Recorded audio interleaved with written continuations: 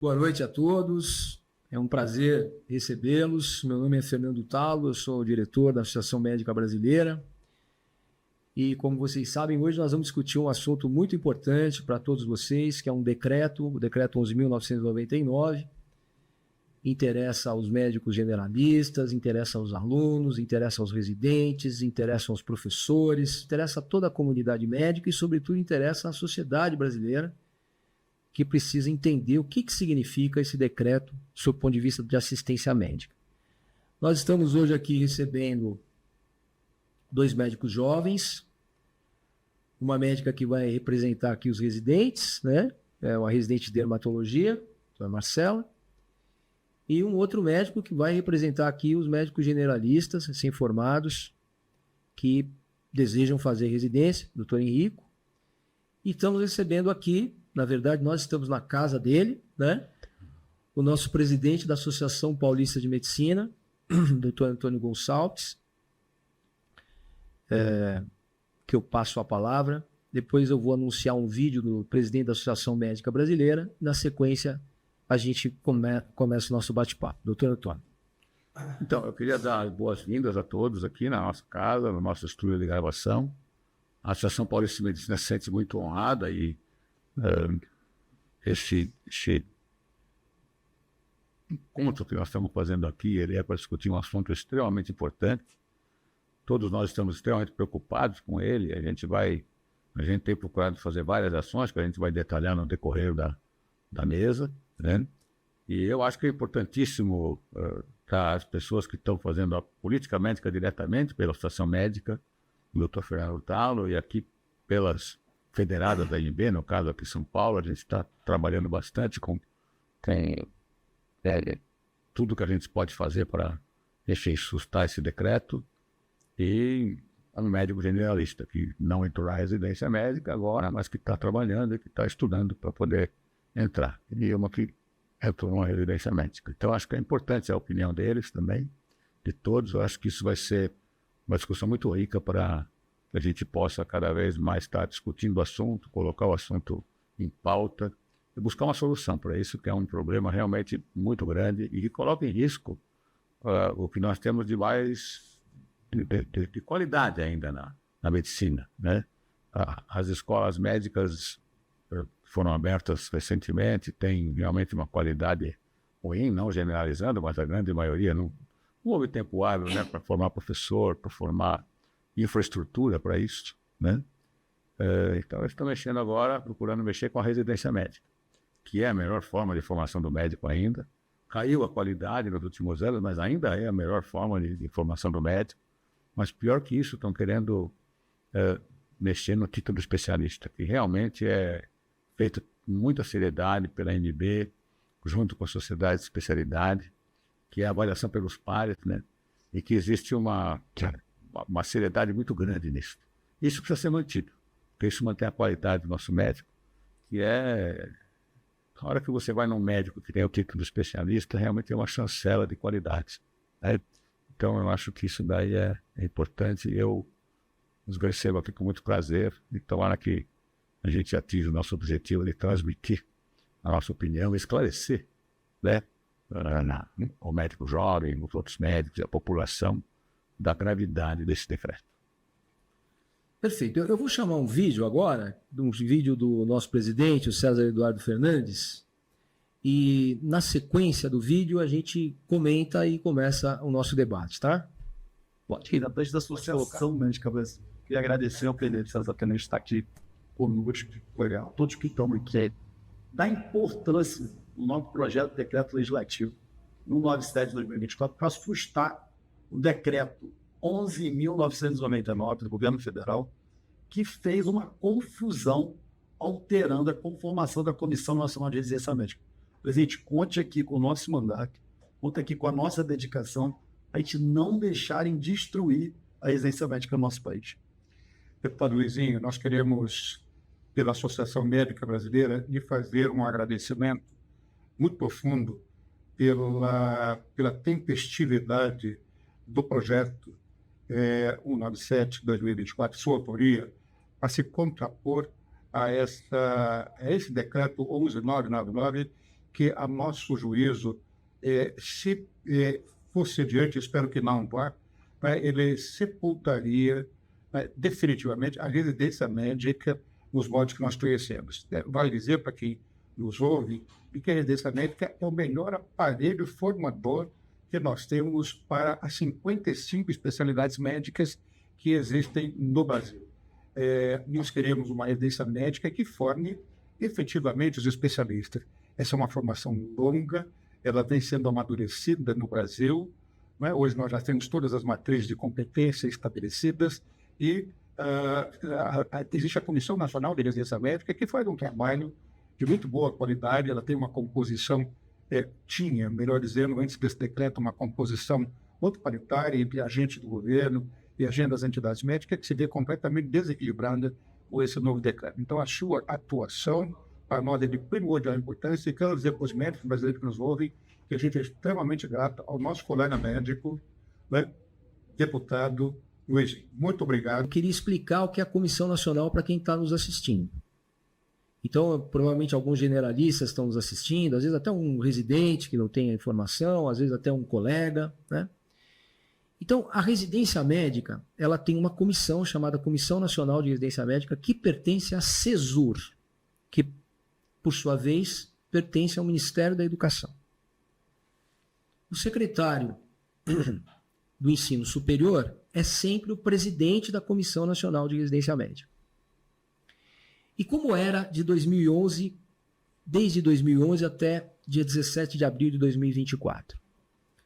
A Comissão Nacional de Residência Médica, ela é muito importante para a residência, porque ela pode autorizar ou não um programa, credenciá-lo, recredenciá-lo, fiscalizá-lo, e aí tem modalidades de fiscalização, exigência, diligência, pode descredenciá-lo. Portanto, ela é o grande elemento de regulação da Comissão Nacional de Residência Médica. Ela tem várias comissões estaduais e as comissões estaduais, por sua vez, têm as suas diversas coremes. Qualquer processo, por exemplo, um processo de abertura de um programa de residência médica, de fiscalização, uma denúncia de um residente, de um preceptor, de um professor, tudo isso vai para a Comissão Nacional de Residência Médica, vira um processo, uma Câmara Técnica faz a instrução do processo e apresenta o relatório para conselheiros. E os conselheiros, então, através de uma plenária, votam aquela circunstância, aquele assunto. Né? Como ela era a partir de 2011? Ela tinha basicamente 12 elementos, dos quais 6 eram entidades médicas. E um médico era chamado secretário executivo.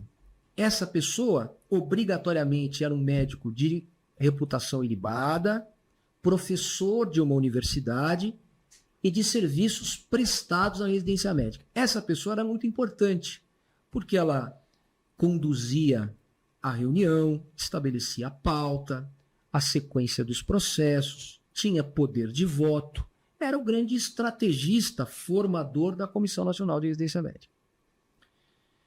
E a Comissão Nacional de Residência Médica, na figura da doutora Viviane, que era uma professora de Brasília, nos seus 2 mandatos, avançou muito. Por exemplo, nós fizemos todas as matrizes de competência de 55 sociedades de especialidades e 59 áreas de atuação.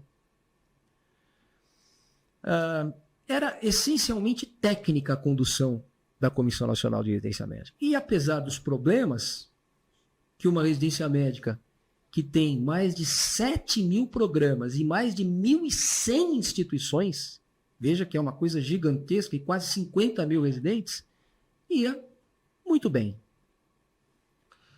Bom, qual é o início da nossa indignação? Quando eu falo nossa indignação, eu falo dos formadores, das pessoas que são educadores, que se preocupam com a formação do residente, e aí eu posso falar de um professor, de um preceptor, de um supervisor, de um presidente de coreme, de uma pessoa bem intencionada com a formação do residente.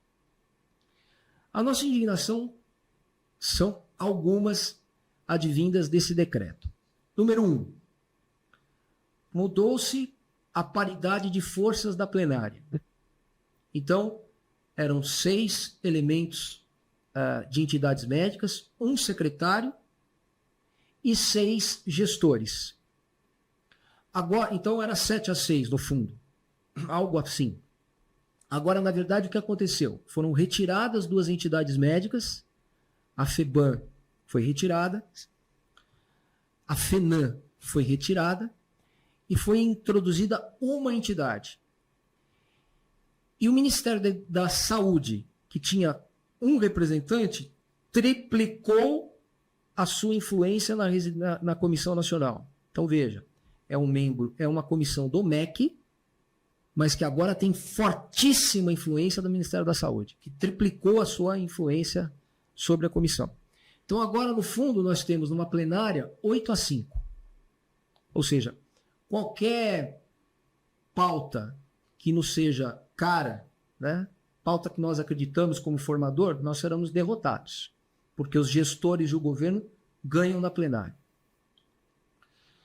Se acontecer qualquer problema na plenária, esse problema ou essa questão pode receber um recurso e ir para a chamada Câmara Recursal. Câmara Recursal já existia no decreto anterior, é verdade, mas ela estava silenciada. Agora ela surge com força e soberana. São 3 elementos.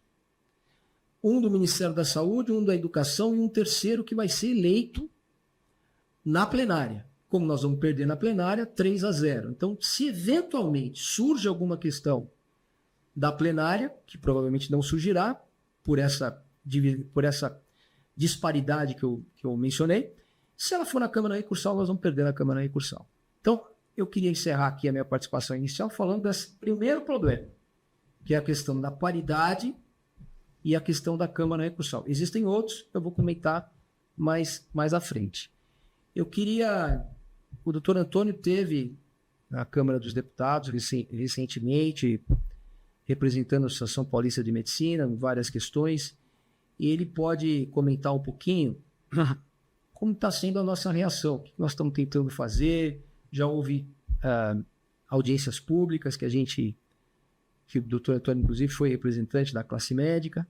Então, eu queria que ele comentasse um pouquinho o que a gente está fazendo, qual que você acha que é o caminho que a gente pode ter para tentar sustar esse decreto. Bom, acho que o caminho inicial que a gente propôs é o parlamento, né? Além dessa atuação com o PDL do deputado Luizinho, que é colega nosso, tem também um outro PDL no Senado, do senador Irã Gonçalves, também também entrou com o PDL tentando sustar o decreto, né? Então, isso foi uma das primeiras medidas que nós fizemos, né? Fizemos uma reunião aqui na Associação Paulista de Medicina com as sociedades paulistas de especialidades. Tivemos a participação de 39, foi uma convocação meio que de urgência, né, por conta da relevância do tema, mas todas elas signatárias da Carta de São Paulo, e essa carta foi enviada a todos os deputados e senadores no sentido de esclarecê-los, né, o que estava acontecendo, o que iria acontecer se esse decreto for aprovado. E é importante que vocês saibam que um decreto, e é um decreto presidencial esse, se ele não for votado nos 90 dias a partir da data que ele foi escrito, né? Então nós temos aí, foi abril, né? Maio, junho, julho, até o dia 18 de julho, né? Para assustá-lo, senão ele vira lei, né? É assim que funciona lá no Congresso. Então nós temos um tempo muito curto para defender tudo isso que o doutor Fernando Taro colocou. Eu acho que a gente vem passando por um momento muito difícil da formação do médico, né?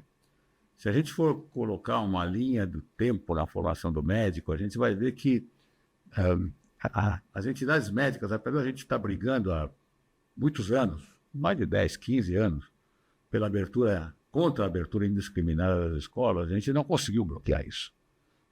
Em 2010, 2011, nós tínhamos aí menos de 200 escolas.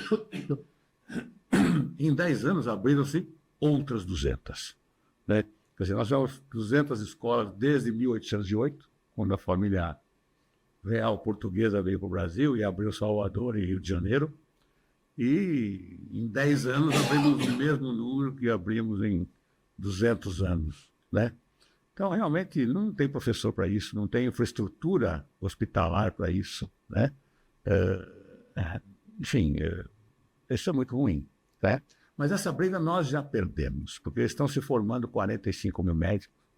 E a única solução que a gente vê para isto, uma coisa que eu particularmente sempre fui contra, é o exame de proficiência, que seria parecido ao exame da ordem dos advogados, né? Mas não tem outra saída para a gente defender a população, né? Da má prática do médico. Entendeu? Seguramente esses médicos vêm muito fracos, né? Então nós precisamos avaliá-los de alguma maneira, né? Isso já existe em vários países, né? Então acho que a saída para a questão da graduação seria essa, né? A saída para a residência, né, não é essa que está colocada no decreto. Não é aumentando indiscriminadamente o número de residências. E é isso que eles querem fazer, né? Eles querem ter o domínio da Comissão Nacional de Residência Médica para poder abrir residências de baixa qualidade, como fizeram com as escolas médicas. Quer dizer, está se repetindo a história, só que agora já é a nível da pós-graduação, não da graduação. E o que vai acontecer com isso? Nós vamos ter especialistas, por quê?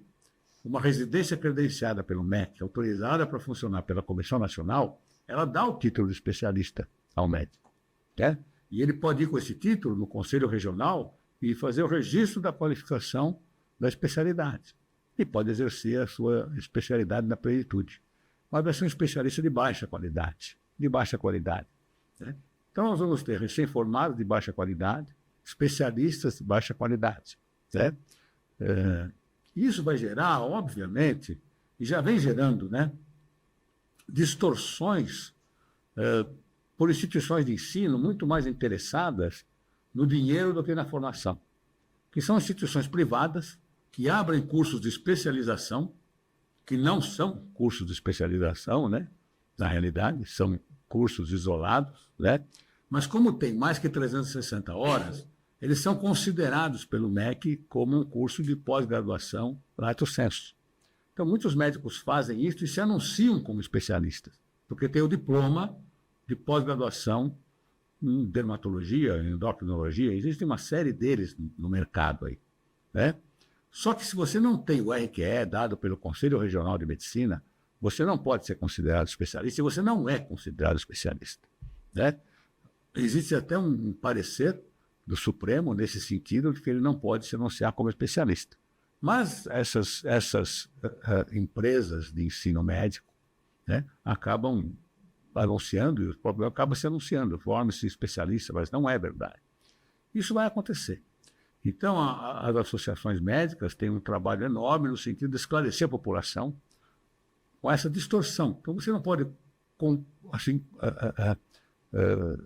você não pode de nenhuma maneira comparar um curso que tem mais do que 360 horas, e isso, na definição do MEC, é um curso de pós-graduação, né? Um curso de 400, 500 horas, que é o que eles dão, né? Com a residência médica, que tem 2.880 horas por ano, né? E que realmente é com uma carga prática muito grande, né? Tem que ter um percentual menor de carga teórica, mas o fundamento é a carga prática, é o treinamento em serviço, né? Com supervisão adequada de preceptores, preferencialmente em tempo integral ou em tempo parcial, mas que deem a supervisão e que realmente acompanhem o residente, né, em todas as sequências do atendimento do doente, desde o ambulatório, em que você faz a triagem, faz o exame, o seu exame clínico, né, pede os exames para confirmar o seu diagnóstico, faz um diagnóstico, traça a conduta, interna o doente, trata o doente, vê as intercorrências que ele teve, vê a resposta e faz o seguimento pós-tratamento, que pode ser clínico ou cirúrgico. E o residente precisa ver isso. Ele não pode ver a fragmentação, né, do tratamento do médico. E isso só a residência dá. Só a residência dá, né? Desde do século XIX, né, que Halsted criou na John Hopkins a residência médica, né, no departamento de cirurgia da Johns Hopkins, né, que a gente considera a residência como a melhor forma de treinamento e a melhor maneira de você formar um médico. E eles estão querendo acabar com isso. E nós não podemos permitir. As sociedades de especialidade vão sofrer um forte golpe se isso passar. E a gente teme, inclusive, pelo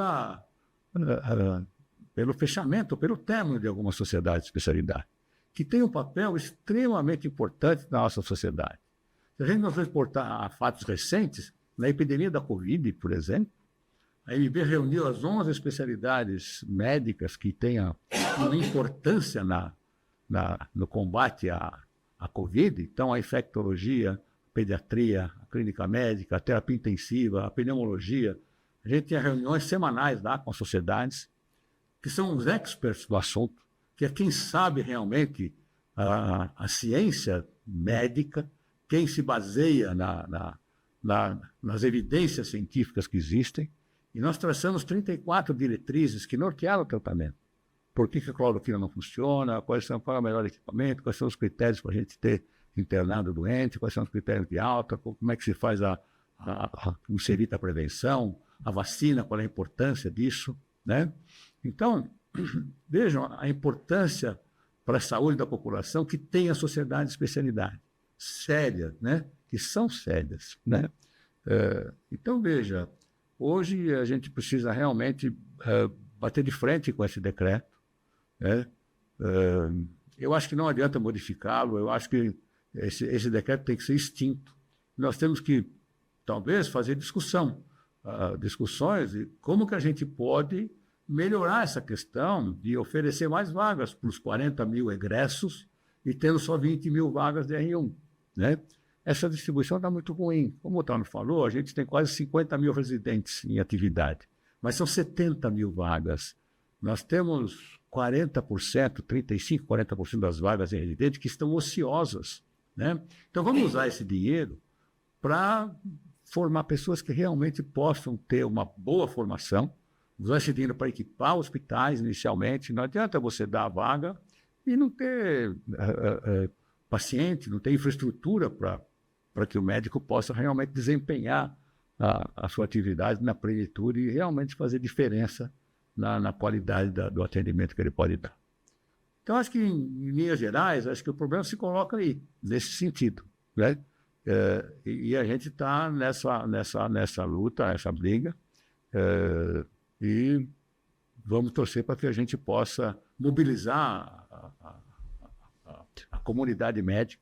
A gente não vai conseguir pelos parlamentares, nós temos ideia de fazer uma ida a Brasília, invadir Brasília, né? E fazer um barulhão lá para realmente ser ouvido, né? Para que a gente possa modificar essa situação.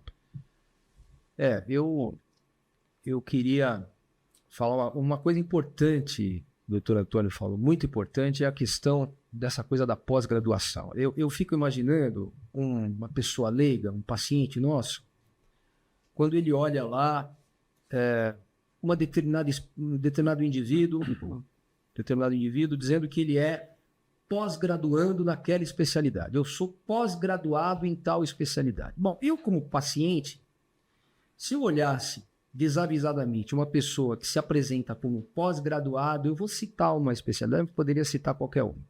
Pós-graduado em endocrinologia. Eu ia dizer, nossa senhora, ele não só é endocrinologista, como ele ainda é pós-graduado em endocrinologia. Eu ia pensar assim.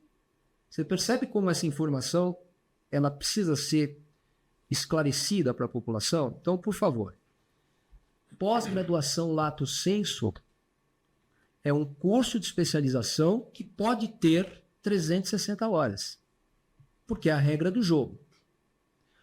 Como que eu posso comparar algo assim com alguém que faz 2.880 horas por ano, são quase 9.000 horas, e a residência médica impõe que 80% a 90% seja prático?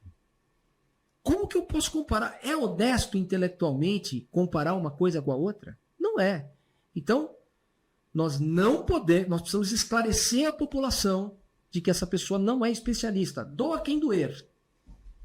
Nós temos que dizer, olha, ok, você tem um curso de pós-graduação lato sensu? Tem, ok. Você fez um curso que, em geral, é em finais de semana, vamos dizer a verdade. Em geral, são 18 finais de semana para dar as 360 horas. Então, não podemos permitir que a população seja, de certa forma, ludibriada.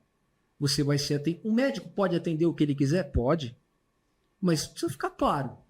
Eu sou pós-graduando, não especialista nisso que eu estou propondo o meu trabalho.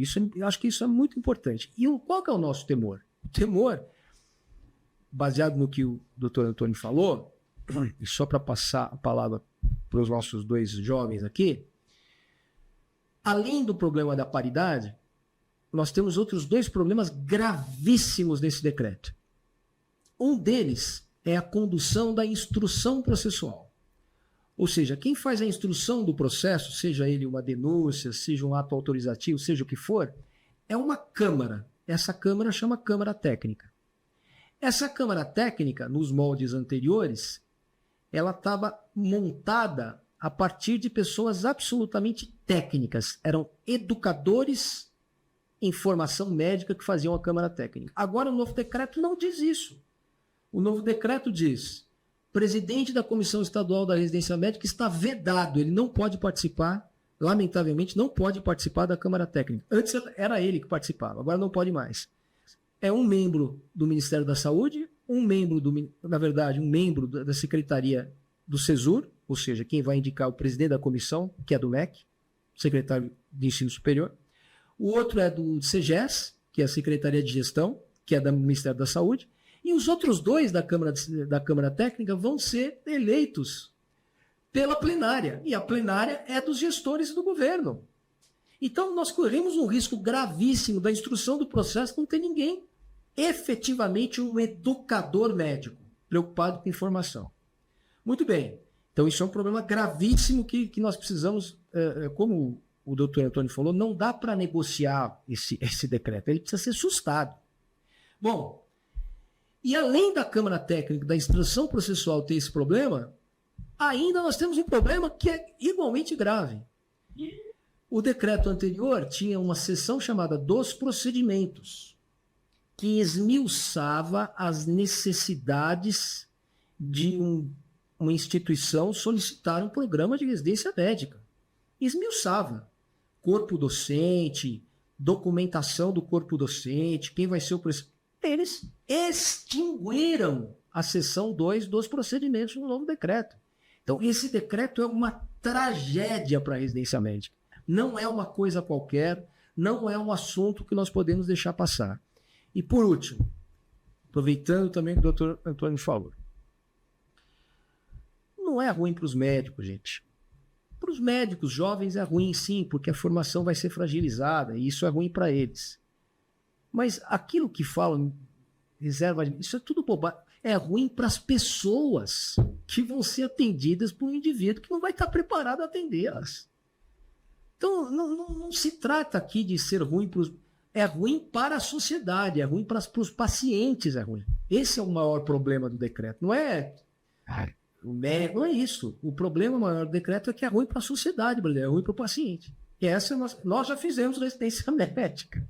Nós estamos preocupados com os jovens médicos e quem vai ser atendido por eles. Então, baseado nisso, eu queria fazer uma pergunta para a Marcela, depois fazer uma pergunta para o Ico. Marcela, eu sei que a Associação Nacional dos Médicos Residentes também é contra o decreto, já se manifestou, etc. Mas eu queria que você me dissesse o seguinte: você acha que os residentes estão suficientemente informados sobre esse assunto, estão entendendo o que é esse decreto, eles estão se mobilizando? Você sente isso no seu dia a dia lá na residência, nos grupos de residência médica? Você sente essa conversa? Ou você sente uma certa leniência ou desconhecimento do assunto? Não é muito comigo. O que você pode nos dizer sobre isso? O que você acha? Boa noite, primeiramente. Muito obrigada pelo convite. Muito honrado em compor essa mesa. Respondendo à pergunta do Dr. Talo, infelizmente, eu acho que ainda não chegou para os residentes, de um modo geral, a ideia da magnitude disso que está acontecendo, né? Inclusive, até um assunto que eu queria colocar aqui para trazer para os colegas por que a gente, que é residente, tem que se preocupar? Porque a sensação que o residente tem é de que passou no gargalo. Fez uma prova super difícil, concorrida, e passou e está resolvido o problema. Vai terminar a residência, é claro que lá na frente vão surgir outros problemas, a gente sabe muito bem, mas que, assim, isso é algo distante, né? Um problema lá de Brasília, que não tem nada a ver com a gente mais, mas na verdade tem. E é uma questão que eu gostaria que os senhores respondessem de o que vai mudar, em palavras fáceis, a minha vida como residente na prática, né? Pensando até no fato de que esse decreto é para agora. Não é alguma coisa para o futuro que vai mudar. É agora. Eu sou R1, então tenho anos pela frente. E o que vai mudar que eu e os colegas temos que nos preocupar que nossa vida vai ser impactada diretamente? Tá, eu vou começar, depois eu passo para o Tony. Bom, tem algumas questões. Eu vou começar com a questão mais simples. Eu acho que, como você disse, você, por méritos, porque hoje, de fato, como a residência se coloca, não é fácil o indivíduo chegar a uma vaga de residência médica sem mérito pessoal.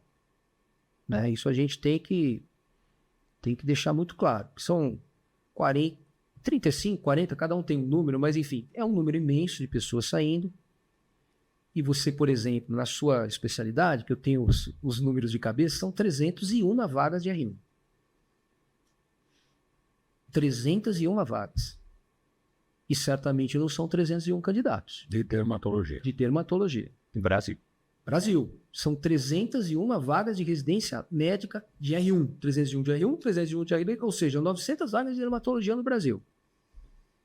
Não sei se isso é suficiente, se não é. Por quê? Porque nós temos algum planejamento estratégico que mostrou para a gente quantos dermatologistas, ou quanto endocrinologistas, ou quanto cabeça e pescoço, ou quanto seja o que for, nós precisamos no estado A, no estado B, no estado C, no Brasil, numa área de vulnerabilidade. Eu não conheço esse estudo. Eu gostaria, inclusive, que fosse feito, porque eu acho que é importante. É aquilo que a gente chama de planejamento. O Toninho falou. O doutor Antônio falou. 200 faculdades em 10 anos, 12 anos, 15 anos. Será que isso foi planejado? Né? Então, a primeira coisa que eu tenho para te dizer é o seguinte. Será que não vão flexibilizar a tua especialidade? Por exemplo, do jeito que está escrito no decreto, no jeito que o decreto está, eu posso amanhã ter a seguinte proposta. Em vez de 2.880 horas, vamos fazer 800 horas por ano? Vai passar na plenária. E aí, eu vou ter um dermatologista que não tem a mesma formação que você. Será que isso não vai te prejudicar como profissional? Será que essa proliferação insana de pós-graduações, será que de certa forma não prejudica esse especialista? Então isso é uma questão. Outra coisa, você tem, digamos, estou fazendo conjecturas, você tem 4 vagas de R1, 4 vagas de R2, 4 vagas de R3 no hospital OAB. Estou fazendo uma conjectura. Aí eu vou lá e imponho e falo, não, agora não vai 4, não, porque eu quero 8. Será que o teu serviço não vai cair de qualidade? Será que você não vai aprender menos? Então, será que você é inatingível? Você não é. Não é. Ninguém é. Nenhum presidente é. Só quem está sendo agora, né? Mas quem está no processo, a meu ver, não é. Particularmente porque a gente tem dentro da comissão agora uma entidade poderosíssima. Ela se chama EBSER. É ela que faz o cheque de todos os hospitais federais brasileiros. Então ela influencia muito, porque é ela que paga. Ela está dentro da comissão agora com grande força. Ela vai estar preocupada em formação ou ela vai estar preocupada em prover? Pela experiência que nós temos nos últimos anos, ela está preocupada com prover. Não é incomum a gente ver choques entre a EBSER e Corenes, entre a EBSER e a Serense. Agora a gente colocou a EBSER dentro da Comissão Nacional do Licenciamento. Isso é bom? Para mim, não. Eu tenho uma posição clara que não é bom. Então, eu acho que os residentes, eles não estão, infelizmente, totalmente fora de possibilidade de serem prejudicados por esse decreto. Tem a tua visão. O que você acha? Não, a minha visão é exatamente essa. Não vou me alongar, né? Eu acho que vai ter prejuízo, né? Porque eles vão estar com o mesmo título que você tem, né? Mas com uma formação muito ruim. E muitos hospitais, muitas clínicas vão acabar contratando o pessoal que vai se submeter a um honorário mais baixo, que vai se submeter a atender mais pacientes do que deve atender por hora, entendeu? E a fazer uma medicina de mais baixa qualidade. Porque ele sabe que a formação que o residente que teve 9.000 horas de formação, 3 anos de residência, com quase 3.000 horas, tem uma formação melhor do que quem teve 300, 400, 500, 600 horas, entendeu? Muito melhor. Então, a gente tem que prezar por essa qualidade, né? Acho que essa qualidade tem que ser mantida, entendeu? A gente não pode abrir mão disto, né? E veja, a gente tem no Brasil especialistas, muito bom, ninguém precisa sair daqui para tratar nada. Ninguém precisa ir para os Estados Unidos se tratar. A gente faz tudo aqui. Tudo, entendeu? Tem muita coisa no SUS. Muita coisa no SUS. Somos defensores do SUS. Com certeza. Eu acho que é um sistema realmente maravilhoso, né? O que falta é financiamento e gestão, para que ele realmente funcione, né? Agora, nessa área de ensino, ela é fundamental, né? O médico é o ponto central da assistência médica à população. Falem o que falarem, mas todos são importantes, né? Mas o médico é a pessoa que realmente dá o tom na coisa, dá a qualidade na assistência médica. E a residência é fundamental para isso. Nós não podemos permitir que isso aconteça, sob pena de penalizar a população, né? Então, acho que isso que a gente está comentando é um alerta para os residentes. Eles precisam se conscientizar da gravidade disso, precisam se conscientizar da dificuldade que eles vão ter no mercado de trabalho daqui a alguns anos. Vão ter dificuldade no mercado de trabalho, com esse número exagerado de médicos que vem se formando. Tudo bem, a qualidade é ruim, mas eles vão ganhar alguns empregos e a população vai perder, mas o gestor, né, o hospitalar, etc., ele vai, se for um gestor ainda, né, que preza pela qualidade, tudo bem, né? Mas vai ter pessoa que vai ter gente que vai cuidar, ou vai querer realmente o baixo custo, vai querer, enfim, o maior número de pessoas atendidas e não vai respeitar aquilo que a prática da boa medicina manda, né? Que é um número limitado de pacientes por ano. Tem convênio hoje que já marca consulta de 10 em 10 minutos, quer dizer, é possível isto, né? Agora, quem tem uma boa formação, quem aprendeu, né, ao longo de 3 anos, né, a fazer histórias ali clínicas, pedir exames, fazer uma hipótese diagnóstica, né, avaliar o que vai, como vai tratar, ver as evidências desse tratamento, seguir esse doente, né, tratar as possíveis intercorrências que ele vai ter desse tratamento, mudar o tratamento se não estiver dando certo, né? Isso tudo demanda tempo, demanda dedicação, demanda estudo, demanda tudo que a gente aprende na residência médica, né? Então é fundamental que a gente mantenha a residência médica nos moldes como está e aprimore, mas de uma maneira responsável. Acho que é isso que tem que ficar, né? Perfeito.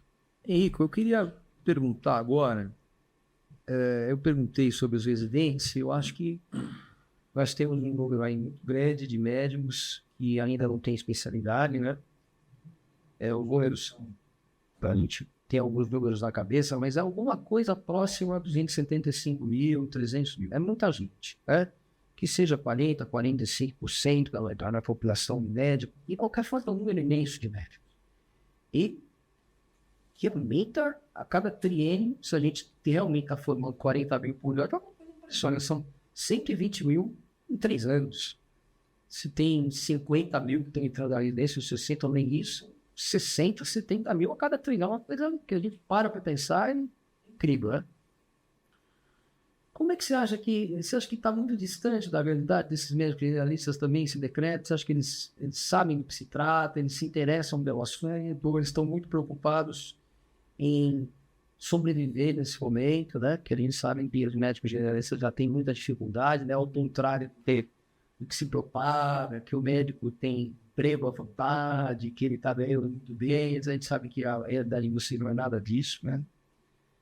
Mas o que você acha? Você acha que o médico generalista tem essa consciência e ele está inteirado desse assunto? Bom, então, primeiramente, boa noite. Obrigado pelo convite. Também é uma super honra estar aqui com vocês hoje. E, infelizmente, acho que a resposta é bastante negativa nesse sentido, né? Se fosse para dizer assim, até que ponto acadêmicos, generalistas, enfim, as pessoas ali do meu círculo mais imediato estão cientes disso. Muito pouco para não dizer nada. Pelo menos assim, quando a gente veio com a ideia dessa conversa, eu fui atrás de, deixa eu ver o que meus colegas estão pensando, estão acompanhando, para ter uma noção do público, né? Porque, querendo ou não, nos nossos círculos aqui da MB, da APM, o pessoal está informado, eu queria saber do pessoal de fora como que está sendo. Saí perguntando no grupo de WhatsApp, e aí, você viu tal coisa, o que você acha, tal. E a grande maioria, assim, 98% das respostas que eu tive foi decreto 11.999, me resume aí num tweet, sabe, assim, não fiquei sabendo, o que é, me informa. Então, assim, isso já tinha, a história aconteceu no mês passado, então, com seus 30, desde os 5 dias de evolução da história, ninguém sabia, e os que ouviram falar era aquela coisa, ouvi alguma notícia sobre, mas não dei bola. Então, assim, deu a entender, claro que meus círculos, ainda que seja ali algumas centenas de pessoas, é uma amostra pequena, claro, mas assim, totalmente descompassado, o pessoal não acompanhando sem saber, né? E aí eu acho que emergem algumas discussões disso, né? A primeira, isso que talvez seja um fenômeno histórico que a gente vê do médico, às vezes, como classe, não está engatado, não está bem ancorado, tem um movimento como classe mesmo, e participando de associativismo, se informando, tem uma participação política mais ativa, né? Então, infelizmente, a gente sabe que é uma luta para conseguir esse engajamento, né? Acho que a PM, a MB vão atrás disso, e é um processo, mas até pelos números absolutos de filiados, né? A gente vê na casa dos 20, 30 mil, às vezes, é um número que pode crescer muito, falta engajar esse pessoal. E eu acho que isso vale para os residentes e vale para os generalistas igualmente, né? Então, infelizmente, poucas pessoas sabem. As que sabem, aí eu também tentei enveredar para um lado, e o que você acha sobre, para tentar entender principalmente quem vê com bons olhos, porque claro que isso é um risco, né? A pessoa bate o olho assim, ou rapidinho, cara, me parece talvez oportuno, porque aí você tem acho que 2 vertentes de pensamento, cujos contra-argumentos vocês já citaram, mas acho que só para organizar o pensamento é legal dispor aqui de novo, que quais são talvez 2 argumentos pró, para a pessoa que acabou de ser apresentada ao tema. Pô, então vai ter essas mudanças e vai aumentar o número de residências médicas e, por conseguinte, aumentar o número de especialistas. Então, eu que sou recém-formado, que estou aqui suando para você na prova de residência, tá uma baita concorrência desleal. Eu vou ter mais chance de passar, legal. E a população, que até certo ponto tem momentos de desassistência, vai conseguir mais especialistas, legal, maravilha, sou a favor do decreto. Então, assim, eu acho que isso pode acontecer. Felizmente, nos meus círculos, eu vi mais o desconhecimento do que isso, né? Não sei se é uma boa notícia, mas pode vir esse pensamento. Só que aí eu acho que o contra-argumento, muito claro, que vocês já muito bem colocaram aqui, foi a questão de, ok, isso pode vir a acontecer, mas a que preço? A que preço para a formação, a que preço para a população? Porque abrem-se novos programas de residência. Então, qual é a qualidade dessas residências? Tem preceptoria, tem material, tem vaga, como que funciona? Para depois, tem plano de carreira, já aí uma outra discussão, mas como que funciona tudo isso? E claro, para a população. Então, esse especialista que ao invés de ter aí as suas milhares de horas, teve uma carga horária muito menor, ou teve uma residência, mas uma residência muito desassistida, muito sem infraestrutura, qual é a qualidade desse profissional? Então você vê que no final dessa equação toda, todos saem perdendo. Todos não, né? Sei que tem alguém que sai ganhando, mas população e médicos saem perdendo. Então acho que assim, é importante a gente ter isso muito claro, para mesmo sendo recém-formado, mesmo não tendo entrado nessa linha de frente ainda, já saber o que se impõe, né? Mas é isso. Então, infelizmente, eu acho que ainda é um tema que o recém-formado, o generalista, não tá muito ciente, não está acompanhando. E os esforços que a gente tem de comunicação para divulgar isso são essenciais. Inclusive, dando uma pesquisada, o que eu vi que mais bombou até então era o vídeo do CEO, inclusive, na casa das 30 mil visualizações, que é assim, muito bom, mas ao mesmo tempo 30 mil para uma coisa que você tinha a gente tem um trabalho importante adiante. Eu quero aproveitar e fazer um comentário e te fazer uma outra pergunta, que eu acho que o Toninho também tem essa curiosidade. Veja, esse governo que está aí, ele tem uma ideia, que é priorizar áreas de atenção primária. Ok, acho que inclusive tem todo sentido, né? Se você tivesse um médico de família extremamente bem informado, você muito provavelmente resolveria boa parte dos problemas da saúde brasileira, não tenho dúvida nenhuma. Porque ele ia chegar numa casa e se ele, na inspeção, visse um ouvido vermelho, ele provavelmente não ia encaminhar para um otorrino, porque ele saberia fazer um exame físico, uma otoscopia, etc. Se ele visse um olho vermelho, talvez uma coisa semelhante. Se ele visse um exantema, ou coisas semelhantes, ele não ia mandar para o especialista, porque boa parte eu tenho convicção que ele conseguiria resolver. Então eles têm essa ideia que eu acho que é uma ideia correta. Só que se a gente imaginar, bom, então eles estão fazendo esse decreto porque eles vão aumentar o número de vagas da atenção primária, que é estratégica para eles. Faz todo sentido pensar assim, não é? Faz. Aí vamos para o sistema, vamos ver como é? Vamos ver como é. Quantas vagas de medicina de família e comunidade estão à disposição dos médicos brasileiros? Eu tenho um número exato, eu não vou nem falar o número, 7.047. Sabe quantas estão ocupadas? 2.522. Então, nesse momento, ao invés da gente estar preocupado em melhorar a atenção primária e ocupar as vagas que estão desocupadas, nós estamos dizendo, a culpa é da Comissão Nacional de Residência Médica porque não tem vaga na atenção primária. Isso é falso, me desculpe, isto é falso. Eu estou falando isso quase como uma denúncia que está no sistema. Isso é falso, gente, isso não é verdade. Quem quer fazer medicina de família hoje tem 4.000 vagas para ele, sobrando. Agora, dermatologia, endócrino, aí é outra discussão. Ok, de fato, nós temos, provavelmente, eu não sei, aí precisava consultar a Sociedade Brasileira de Dermatologia para saber quantos dermatologistas eu preciso no Brasil. Eu não sei se alguém tem esse número. Quantos cabeças e pescoços precisa no Brasil? Eu não sei se alguém tem isso. Devia ter alguém fazendo esse planejamento, correto? Alguém dizendo assim, olha, nós precisamos no Acre, ou em Rondônia, ou em tal lugar, de tantos especialistas. Então, vamos fazer estrutura, vamos mandar, né? Será que é isso que nós estamos fazendo? Nós não estamos fazendo isso. Nós estamos fazendo com a residência que nós fizemos com a graduação.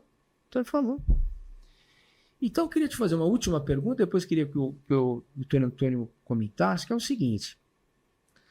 A gente ainda vem preocupado nas universidades porque a gente nota, eu não sei se isso é universal, tá? Mas, por exemplo, eu sou da Unifesp e eu vejo alguns colegas da UNIT tendo esse comentário, que existe uma certa queda do interesse do aluno de algumas universidades públicas por residência médica. Isso é uma coisa que assusta um pouco a gente, que é que nós somos, mas dizer, nosso sonho era fazer residência médica quando a gente era aluno. Poxa, meu sonho era entrar na residência. E eu fico meio surpreso, né? E queria que você me dissesse qual é a sua impressão e se você entende alguns motivos que podem levar o indivíduo da graduação a não ter esse sonho. E aí dizem que está fazendo outra faculdade, um pouco mais velho, já tem filho, tem uma outra... tem a dívida do FIES. Tem vários motivos. Assim, você acha que é multifatorial? Você acha que isso acontece mesmo? Não acontece? Os seus colegas generalistas sonham em fazer residência médica? Como é que é isso? Conta pra gente. Perfeito. Bom, eu sou formado na Santa Casa, inclusive na mesma turma que a Marcela, então acho que ela até pode complementar o que eu for dizer.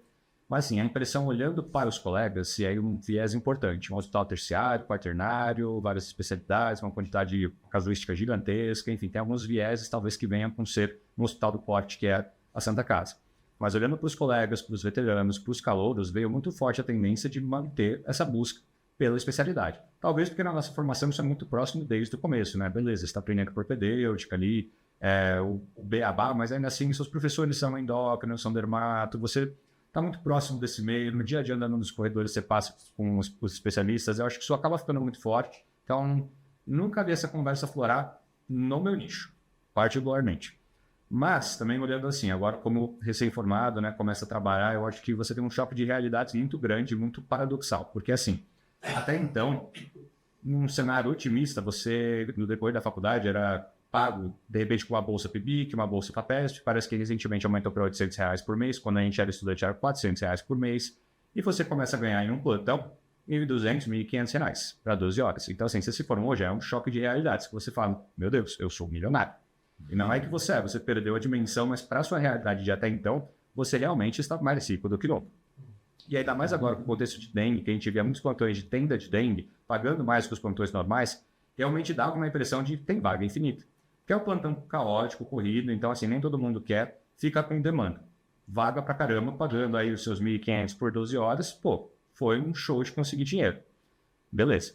Então acho que a impressão que dá para muito recém-formado é, bom, então eu estou aqui, estou ganhando mais do que nunca ganhei, né? Jamais ganhei na minha vida, né? Dando alguns plantões meio perimbosos, mas estou conseguindo aqui fazer meu pé de meia, legal. Estou conseguindo exercer a medicina, então venho um prazer disso também, depois de 6 anos de formação. E estou vendo meus colegas que estão na residência, que passaram por isso recentemente, se lascando no sentido. Uma remuneração ali dos seus 3.500 para fazer uma carga horária super demandante, demandadora, totalmente que a gente conhece da residência, que, claro, tem todo o seu valor, mas também é um período puxado. E aí fica aquela comparação. Pô, eu estou aqui, estou confortável. Passar na residência está cada vez mais difícil, está realmente uma competição surreal, e eu vou chegar lá para ter uma série de dificuldades que, bom, pelo menos no meu momento presente, não existem. Eu consigo entender que não é atrativo para muitos recém-formados. Só que é aquela coisa, a gente estava até conversando sobre isso antes de entrar aqui na gravação, né? Que é, isso, querendo ou não, é você perder a visão de longo prazo, que é perfeito, mas você está dando plantões agora. Está sendo imediatista. Exato. E como que vai ser a sua vida daqui 10 anos, daqui 15 anos? Será que ele está dando plantão de dengue no caos, porque é o que tem? E sem contar uma outra questão, que é uma discussão à parte, mas até para você ter dimensão assim de, tô ganhando 1.200, 1.400, estou super rico, comparado com 99% da população, de fato, é uma remuneração acima da média. Só que olhando para o histórico da medicina, para a correção da remuneração em cima de inflação, coisas do tipo, vem num decrescente de remuneração absolutamente surreal, que a preocupação é, talvez daqui 10 anos você não ganhe tanto por um plantão. Então, se você botar todas as suas fichas do jeito que tá, eu vou ficar bem da minha vida, é perigoso. Você fecha suas portas assim para outros caminhos dentro do mercado e vai saber o que vai acontecer. Então, acho, felizmente, voltando à minha pergunta, felizmente nos meus círculos eu não vejo muito esse movimento, mas eu consigo entender o argumento. Eu acho que tudo isso que está acontecendo, que pode culminar com o sucateamento das residências, até pode potencializar isso de certa forma. Porque o cara vai pensar, eu vou entrar numa residência, não sei nem se vai me dar uma qualificação lá show de bola, nem vou fazer. Então, acho que é preocupante nesse sentido. Se a Marcela quiser trazer mais algum ponto. Eu vou, muito bom. Eu vou pedir para a Marcela comentar e nós vamos encerrar o nosso bate-papo com o Dr. Antônio Gonçalves fazendo o fechamento. O que você acha, Marcela? Na verdade, eu vou aproveitar o meu tempo para fazer uma outra pergunta que eu acho que, aproveitando o nosso tema, é de suma importância. Eu queria falar um pouquinho, brevemente, sobre as sociedades de especialidade mesmo. Onde que a sociedade de especialidade pode me ajudar como residente, ou mesmo como médico depois formado? Ela pode nos socorrer nesse momento? Ou qual que é a opinião dos senhores? Doutor Antônio. Veja, hoje acho que a grande força do movimento médico está na sociedade de especialidades. Porque é quem detém o conhecimento, o saber médico, né? Então a gente vê um envolvimento grande da sociedade nesses movimentos, né? Agora, isso tem que ser feito de uma maneira organizada, né? E a gente peca um pouco por essa organização, ser remunerado de uma maneira adequada, né? A maior parte dos planos de saúde remuneram o médico com valores de consulta, né, que baliza a gente, que é o ato mais corriqueiro do médico, na faixa de 70 a 120 reais, entendeu? E se a gente fosse corrigir isso, desde que saiu a primeira tabela da ANB, né, em 1990, né, esse valor deveria estar na faixa por volta aí de 350, entre 300 e 400 reais, né? Então, essa correção não acontece, né? A gente já fez gestões aqui na associação para que a gente tenha a correção, pelo menos, dos índices de inflação. E isso já acontece, né? A gente, amanhã, aqui na Associação Paulista de Medicina, tem uma reunião com o grupo do Bradesco, que é realmente para a gente rever isto e tentar melhorar essa questão do honorário, né? Então, veja, vão estar a associação e essa negociação é uma negociação geral, né? Agora, participam disso o Conselho Regional de Medicina, o Sindicato dos Médicos, que são as entidades médicas todas, né? Agora, as sociedades de especialidade, acho que elas têm um papel preponderante em apoiar, mas acho que elas precisam ser provocadas, né? Eu acho que é importante que os residentes da especialidade participem, e as sociedades os abrigam, né? Existem diferentes sociedades que nem cobram a mensalidade, e eu acho que cada vez mais o médico jovem precisa participar das sociedades, né? Não só das sociedades, como das associações, né? Porque elas têm funções diferentes, né? Então, eu acho que todos os médicos que fazem alguma especialidade têm que já ser membros da sociedade logo no R1. Quando entrou na sociedade, na especialidade, já tem que se apresentar, né? E não vai pagar nada. O residente não vai pagar nada. Acho que, eu não sei se a totalidade não tem esse não, mas seguramente a grande maioria não cobra nada do residente. E dá uma série de vantagens, né? Dá desconto em congresso, enfim, e dá representatividade, né? que é importante, né? E nós estamos tentando fazer parceria com a sociedade de especialidade através da APM, através da LB, né? Para a gente ter realmente essa representatividade aqui dentro. A gente tem 250 mil especialistas, talvez um pouquinho mais, um pouquinho menos aqui no país, né? Se a gente conseguir que essas sociedades participem efetivamente da Associação Médica Brasileira, né, realmente a gente vai aumentar muito a nossa representatividade. E com essa representatividade, a gente vai conseguir barrar esse decreto, né? Nós não temos ainda essa representatividade. Daí a grande dificuldade que a gente tem em falar lá, né? Por que a enfermagem conseguiu o piso salarial e nós não conseguimos, né? Porque eles têm realmente essa penetração pelo número que são, né? E os parlamentares, eles querem voto, né? Então, quem dá mais voto? O médico ou o enfermeiro? Então, vamos aprovar o piso da enfermagem, porque nós vamos ganhar mais voto, né? Então, a hora que a gente tiver uma representatividade efetiva, né? E é por aí que a gente tem que brigar, e acho que tem que conscientizar, principalmente o médico jovem, da importância disso, porque somos nós mesmos que vamos nos beneficiar disso, né? Agora, enquanto a gente mantiver uma participação baixa, uma omissão dos médicos que não sabem disso, estão tão ocupados, né? Que não se preocupam com isto, né? Então, veja, outra questão que a gente não colocou, só para dar mais um dado que é importante também, e que está nesse programa do Mais Médicos, que a gente não concorda com a maneira como está sendo feito, é a maneira como eles querem redistribuir os médicos do território nacional, né?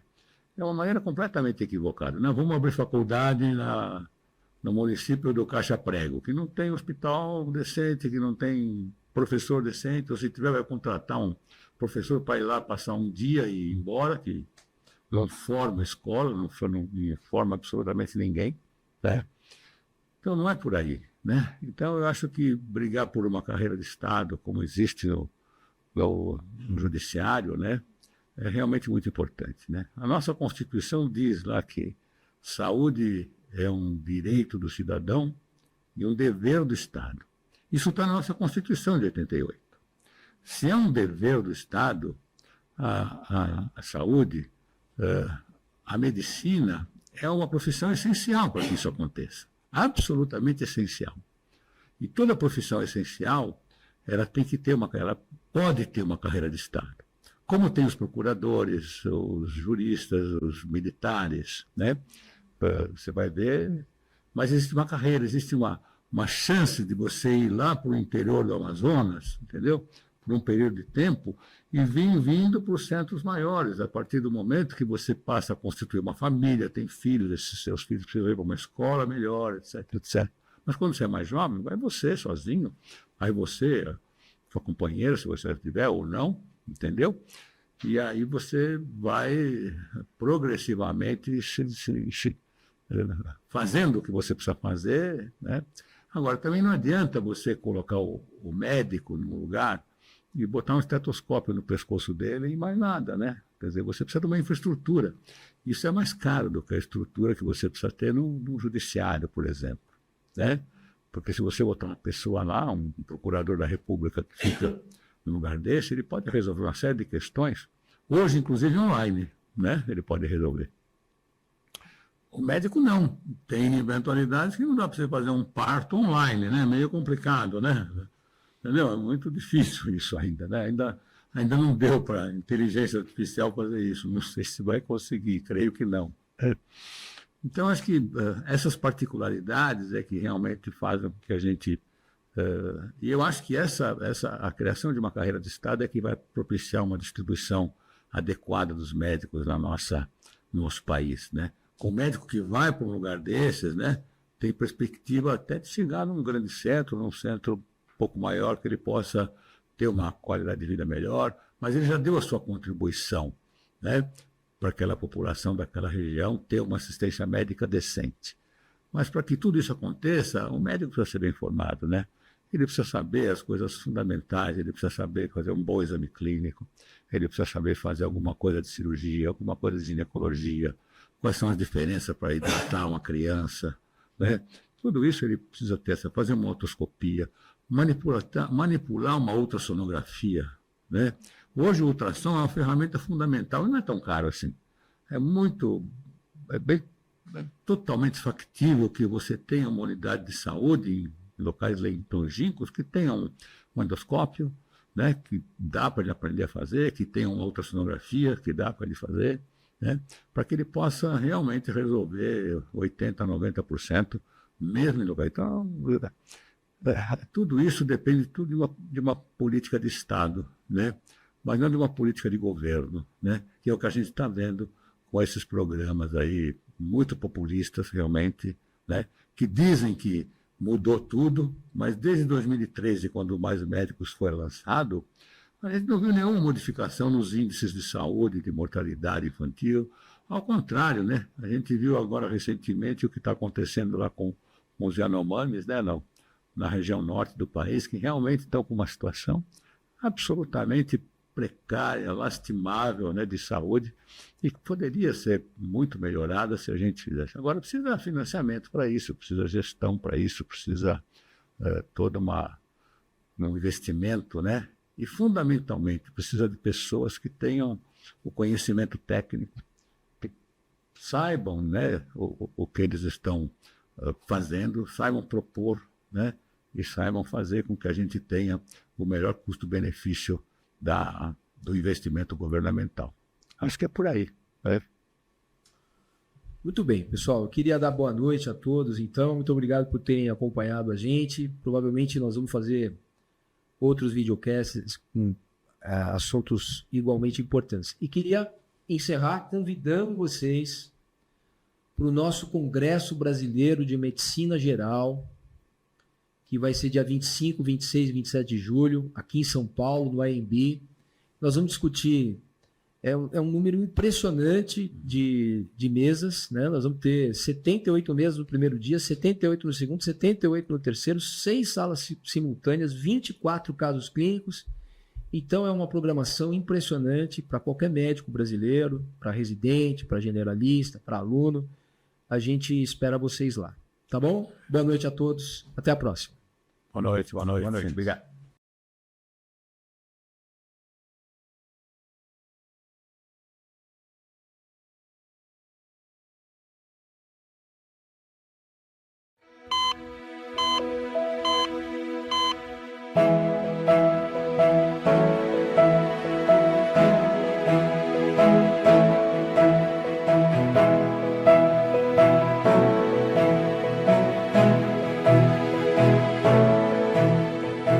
A Associação Médica Brasileira há mais de 70 anos luta pelo bom exercício da medicina e pela assistência médica de qualidade para a população.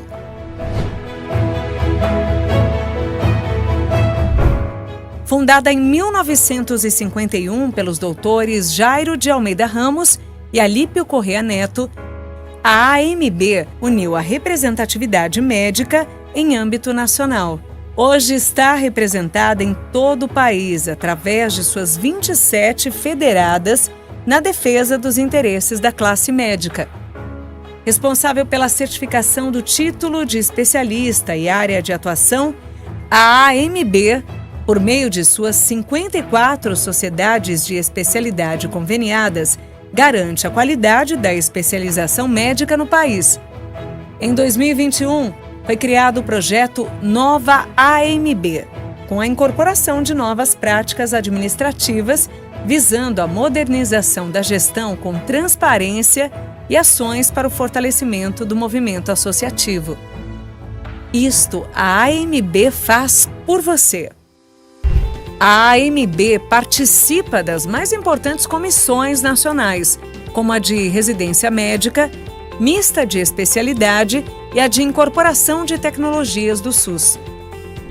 Além de fortalecer a representação médica no Congresso Nacional por meio do seu núcleo de atuação parlamentar, sediado em Brasília. Isto é representatividade.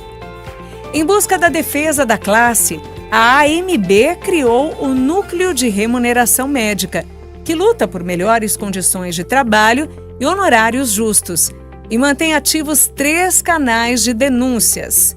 No PAN, para ações de combate à violação ao ato médico e em prol da boa assistência à saúde e ao paciente. Defesa Profissional, canal de esclarecimentos e apoio aos médicos a questões éticas e jurídicas no exercício da profissão. Defesa da Mulher Médica, plataforma exclusiva de combate a ataques sexistas, violentos e discriminatórios, dirigidos às mulheres médicas no exercício de seu ofício. Isto é respeito. Realizou o primeiro Congresso de Medicina Geral, AMB, em que o médico generalista pôde acompanhar aulas e palestras de diversas especialidades, visando despertar o interesse médico para a especialização. Lançou em parceria com a Faculdade de Medicina da USP a Demografia Médica no Brasil 2023. Este é o mais completo estudo já realizado sobre a realidade dos médicos e sua distribuição em todo o país. Edita periodicamente o jornal da AMB, trazendo as principais notícias das ações da AMB. E publica mensalmente a revista da Associação Médica Brasileira, publicação de maior referência na divulgação de artigos científicos do país. Isto é reconhecimento. É responsável pela elaboração da CBHPM, que consolida e classifica de forma hierarquizada os procedimentos realizados na medicina brasileira e prevê um padrão mínimo de remuneração da classe.